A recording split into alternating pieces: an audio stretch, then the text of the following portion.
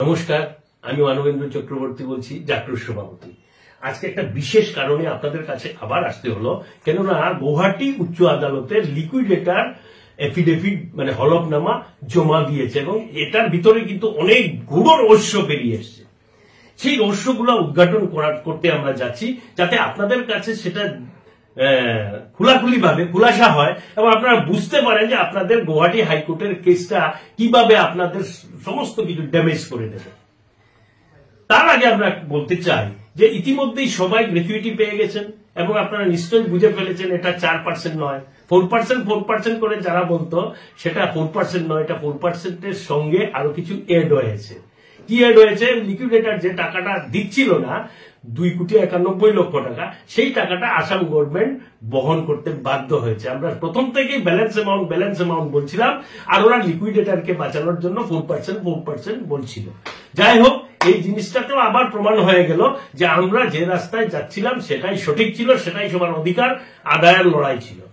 এবার বলছি, এই যে সমস্ত কিছু হিসাব, এই হিসাবটা কিন্তু 2/5/2019 ধরে, সেটা কিন্তু আমাদের অ্যাকচুয়াল ডেট অফ রিটায়ারমেন্টের ধরে হিসাব হয়নি এবং এই 2/5/2019-কে অ্যাকচুয়াল রিটায়ারমেন্টের ডেট ওরা বানিয়ে ফেলেছে এই দালালদের চক্রান্ত জন্য।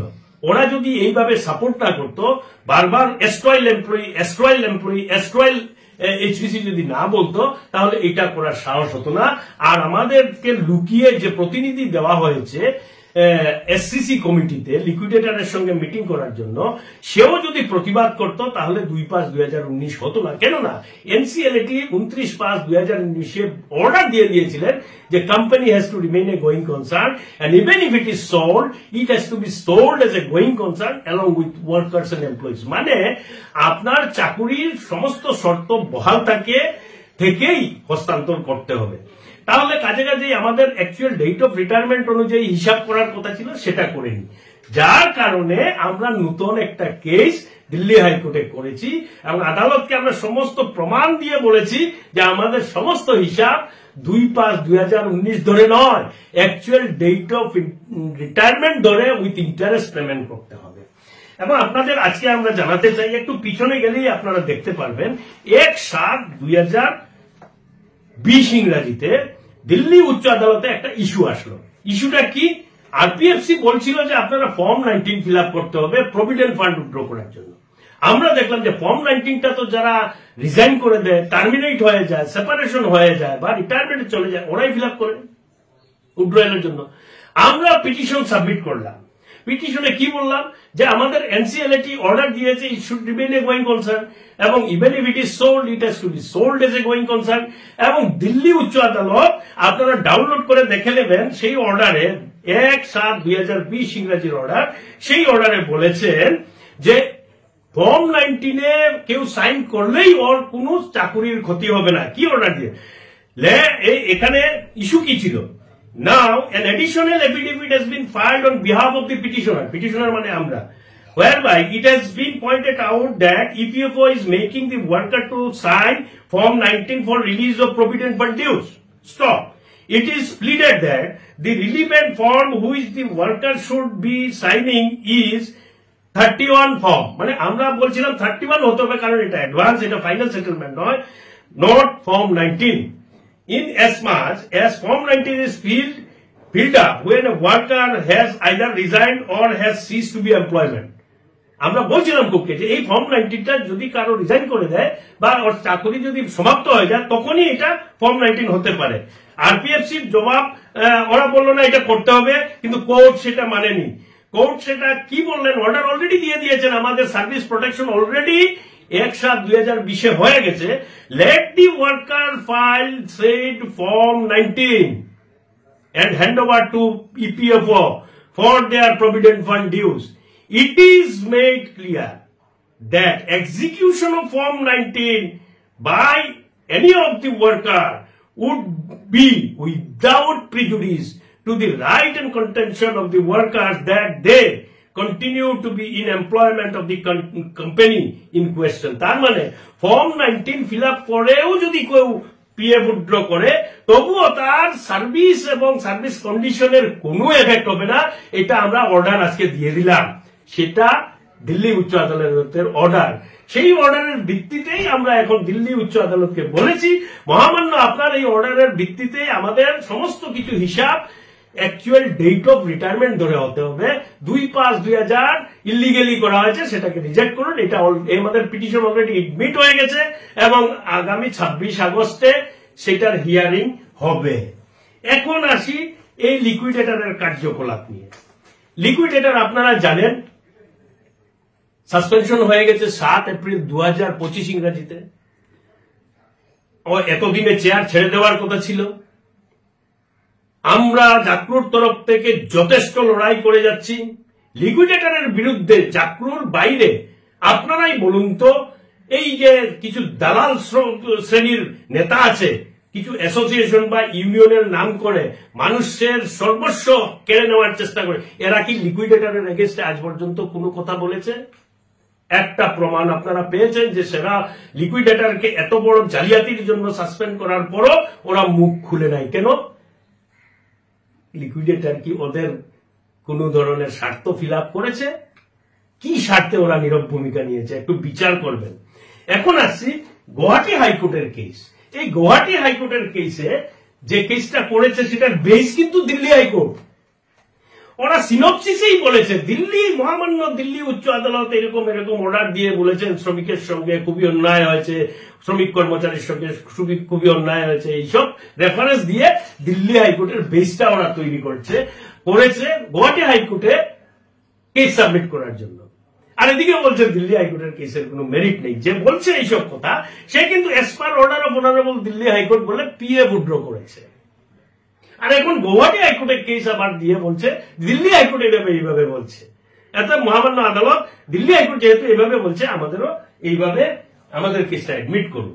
আর এদিকে লিকুইডেটর কি বলছে আপনারা জানেন যে লিকুইডেটরকে 7 নম্বর রেসপন্ডেন্টে রাখা হয়েছিল এবং তার আগের কেসটা একটা সরকারি অ্যাডভোকেটকে দিয়ে সরকারের বিরুদ্ধে লড়ার জন্য অ্যাপয়েন্টমেন্ট দেওয়া হয়েছিল। সবকিছু ষড়যন্ত্র, কিভাবে নিয়ে আপনাকে গাড্ডায় ফেলে হারিয়ে দেওয়া, সেটাই ওদের উদ্দেশ্য। এখন লিকুইডেটরকে 7 নম্বর রেসপন্ডেন্ট করার পর যখন কোর্ট বলল যে লিকুইডেটরকে নোটিশ সার্ভ করা হলো না কেন, তখন আবার আরেক 3-4টা ডেটের পরে লিকুইডেটরের নামে নোটিশ ইস্যু হলো। এখন লিকুইডেটর নোটিশ পাওয়ার পর যে এফিডেভিট ফাইল করেছে সেটা আমাদের হাতে চলে এসেছে। সেটা আমরা অন্য বিভিন্ন গ্রুপেও দিয়ে দেব জেরক্স করে বা কপি করে। এবং সেই এফিডেভিটে লিকুইডেটর কি বলছে? লিকুইডেটর বলছে যে this is further to submit that another similar writ petition is filed by Kachar Paper Project Workers Union versus Union of India before the Delhi High Court, which is registered under number 1062 of 2020 with the following prayers. And following prayers ki issue an appropriate writ direction and order directing respondent number 1 and 2, Union of India and liquidator, to pay unpaid wages, legal dues of the employees with effect from 2017 with interest. আমরা সব জায়গায় interest বলেছি।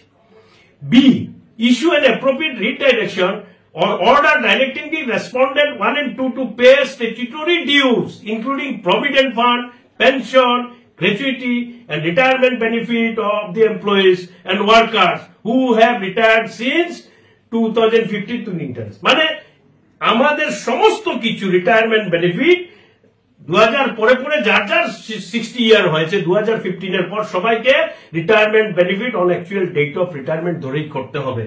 সেই কেসটা কে বলছে? গুয়াহাটি হাইকোর্টকে। লিকুইডেটর বলছে যে এই ধরনের একটা কেস অলরেডি গুয়াহাটি হাইকোর্টে আছে, দিল্লি হাইকোর্টে চলছে এবং মহামান্য দিল্লি হাইকোর্ট যেহেতু এই কেসটা অ্যাডজুডিকেশন করছেন, এতে গুয়াহাটি হাইকোর্টে এই প্রভিডেন্ট ফান্ডের ইস্যুটা যেটা দেওয়া আছে সেটা দিল্লি হাইকোর্টে আছে, এতে গুয়াহাটি হাইকোর্টে এটা শোনার কোনো প্রয়োজন নেই। 2 নম্বর একটা মারাত্মক পয়েন্ট লিকুইডেটর দিয়েছে যেটা কিন্তু কোর্ট 100% অ্যাডমিট করবে। কি বলেছে? লিকুইডেটর বলছে this is two state that an earlier writ petition filed by the same petitioner, মানে এই যে officer associations and others, same petitioner before this honorable court, মানে Guwahati high court, in a bearing number 6330/2019, ওদের আগের কেসের নাম্বার ছিল 6330/2019, এবং গুয়াহাটি হাইকোর্ট কি বলেছে Guwahati High Court বলেছে, had Honorable Guwahati High Court noted that contention of the petitioner regarding non-payment of PF dues and opined that the PF authorities are looking into the matter. Nothing survived to be adjudicated in the writ petition. In this regard, it is stated that the pursuant to the order of Honorable NCLT dated 3/12/2012, liquidator has admitted the PF claim. মানে বলছে যে এখানে Guwahati high court already একটা order দিয়ে দিয়েছে 6330 case, যেটা ওরা হেরে গেছিল, সেখানে গুয়াহাটি হাইকোর্ট কেস ডিসমিস করার পর লিখেছিলেন এই কোর্টে আর এই ধরনের কোনো কেস শোনার দরকার নেই, যেহেতু প্রভিডেন্ট ফান্ড ডিপার্টমেন্টে পার্সু করো, সেখান থেকে তোমরা নাও। তাহলে লিকুইডেটর এখন এইটাকে হাতিয়ার করে বলছে এই কেসটা এখানে শোনার কোনো যুক্তি নেই, যেহেতু provident fund department already claim raise করে দিয়েছে এনসিএলএটির আদেশ 3/12/2024 ইংরেজির আদেশ মতে। এত আপনারা ধরে নিন লিকুইডেটর কিন্তু এই কেসটাকে ইন্টেনশনালি ড্যামেজ করে দিচ্ছে, এবং কোর্ট সেটাই বলবে, কারণ কোর্ট একবার যেটা পাস করে দিয়েছে মেরিট নেই বলে ডিসমিস করে দিয়ে আবার সেই কোর্ট বলবে না যে এটাতে মেরিট আছে, সেটা কোনোদিন হয় নাই। বিকজ আরেকটা কারণ, যে কেসটা অলরেডি অন্য কোর্টে চলছে সেই কেস আবার অন্য হাইকোর্টে চলতে পারে না, সেটাকে বলে res judicata. Similar case, similar issue can not be dealt in a different forum. এখন 3 নম্বর কথা হলো, আমাদের কেসের মধ্যে অনেকেই অফিসার সুপারভাইজারের অনেকেই মেজরিটি অলরেডি ক্লেম জমা হয়ে গেছে অথরাইজেশন দিয়ে, এবং এরা কিন্তু আনঅথরাইজলি সবার নাম ওই কেসে গুয়াহাটি হাইকোর্টে ঢুকিয়ে দিয়ে বলছে আমাদের প্রিন্সিপাল অ্যামাউন্ট চাই, মানে শুধু কাছাড় কাকড়ের জন্য 53 crores, আর নগাঁওয়ের অফিসার ওয়ার্কারের কোনো নামই নেই, এবং ওরা একটা লিস্ট সাবমিট করেছে, যে লিস্টটা অলরেডি মার্কেটে চলে এসছে, ওরাই ডিক্লেয়ার করেছে, সেখানে কিন্তু শুধু প্রিন্সিপাল অ্যামাউন্টের ক্লেম যে বেনিফিশিয়ারি লিস্টে অ্যাড করেছে সেটা আপনাদের কাছে এখন প্রমাণ হয়ে গেছে। প্রমাণ সাপেক্ষে আপনারা নিজেরাই দেখে নিন ইন্টারেস্ট হলে কত হতো আর প্রিন্সিপাল অ্যামাউন্ট হলে কত হবে, সেটা আমরা লিস্টে দিয়ে দিয়েছি। ওরা আগে আমার প্রভিডেন্ট ফান্ডের সমস্ত টাকা তুলে নিয়েছি, সেইভাবে আমার প্রভিডেন্ট ফান্ডের ব্যালেন্স 0, সেই ধরনের একটি আন্ডারটেকিং এ আপনাদের সিগনেচার নিয়েছিল। তার ফলস্বরূপ কি হয়েছে, হাইয়ার পেনশনের ক্ষেত্রে যে আপলোড করেছে লিকুইডেটর সমস্ত ক্লেম, সেখানে আপনাদের যারা 0 ব্যালেন্স করেছেন সবের ব্যালেন্স 0 করে দিয়েছে। আর আমরা যারা আমাদের ফর্মুলা অনুযায়ী ব্যালেন্স দেখিয়ে প্রমাণ দিয়ে আমরা আপলোড করেছি, সেটা লক্ষ লক্ষ টাকা লিকুইডেটর আপলোড করতে বাধ্য হয়েছে, কারণ আমাদের ক্যালকুলেশনে কোনো ধরনের গাফিলতি বা ভুল ছিল না। তো এখন একদিকে একটা দল প্রভিডেন্ট ফান্ডের ব্যালেন্স দেখিয়ে করেছে, সেটা অ্যাপ্রুভ হয়েছে, সার্টিফিকেট আছে, আর একদিকে একটা দল আন্ডারটেকিং দিয়ে দিয়েছে আমার প্রভিডেন্ট ফান্ড 0, এবং সেটাকেও আপলোড করে দিয়ে সেটারও সার্টিফিকেশন আছে। আর এখন গুয়াহাটি হাইকোর্টে বলছে আমাদের প্রিন্সিপাল অ্যামাউন্ট দিলেই হয়ে যাবে, ইন্টারেস্টের দরকার নেই। আর লিকুইডেটর বলছে এই কেসটা এখানে শোনানোরই দরকার নেই, কারণ এর আগের কেসটাতে কোর্ট অর্ডার দিয়ে দিয়েছে যে এই ডিসমিস করে যে প্রভিডেন্ট ফান্ড এই ব্যাপারে যেহেতু সমস্ত চেষ্টা চালিয়ে যাচ্ছে, এত প্রভিডেন্ট ফান্ডই ডিসিশন নেবে, সেখানে পার্সু করুন। এই যে গুয়াহাটি হাইকোর্টের কেসটা, এটাকে শুধু দাঁড় করানো হয়েছে এনসিএলএটির 3/12/2024 ইংরেজির আদেশটাকে গড়মিল করে দেওয়ার জন্য এবং হারিয়ে দিয়ে অন্য কেসকে ড্যামেজ করার জন্য। আচ্ছা, যদি জিতে যায় তাহলে শুধু প্রিন্সিপাল অ্যামাউন্ট, মানে সব দিকেই একটা গভীর ষড়যন্ত্র করে সবার অধিকারকে ড্যামেজ করে দেওয়ার জন্য এই কেসটা করা হয়েছে, যেটা অতি সত্বরই ডিসমিস হবে, সেটা আমরা বিশ্বাস করি। এখন কথা হলো যে এরা এইভাবে কেন করছে।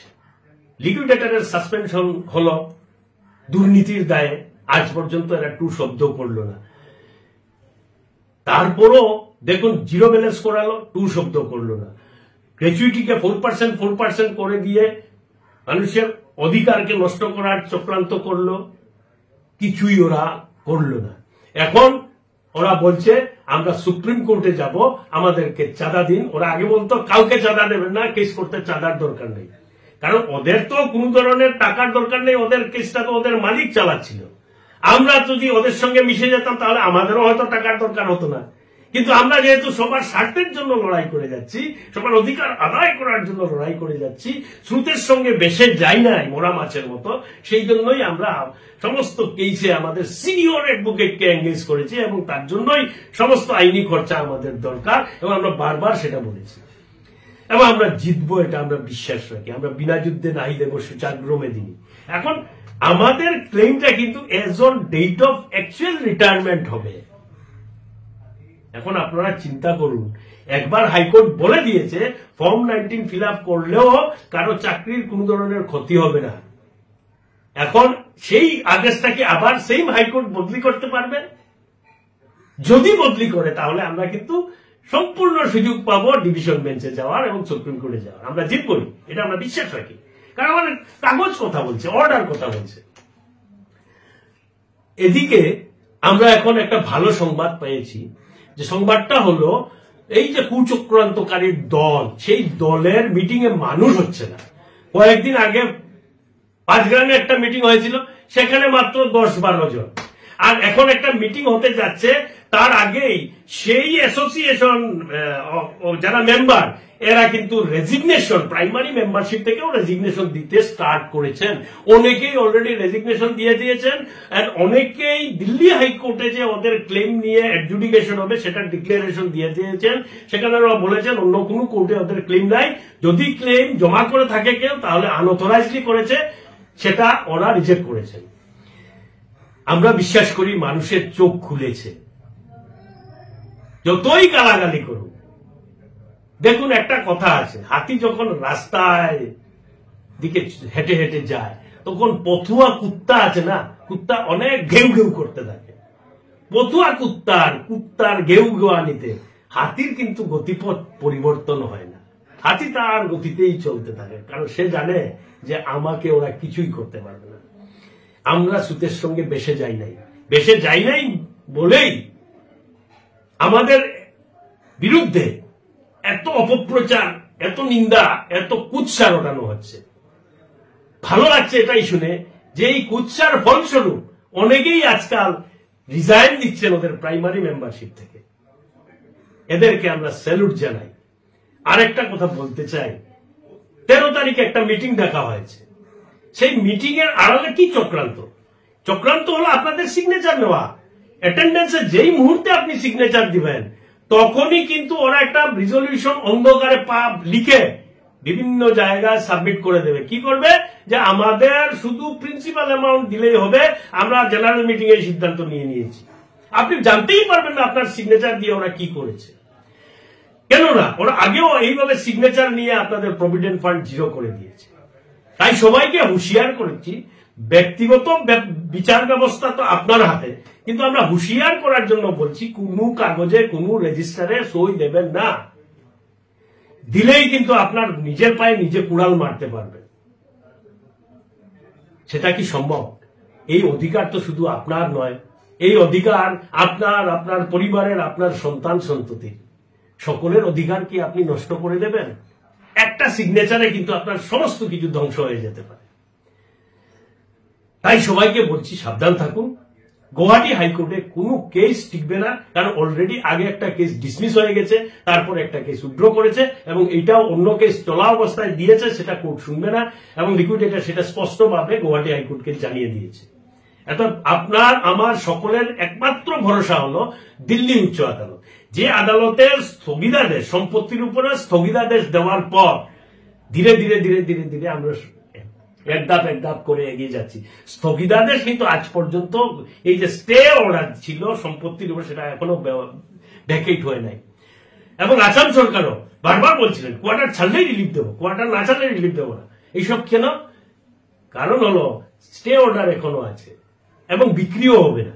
আর সেইটাকেই আমরা ভরসা করে, সেইটার উপরেই ভিত্তি করে আমরা লড়াই চালিয়ে যাচ্ছি, যেটা আপনিও জানেন, আমরাও জানি, সকলেই জানেন।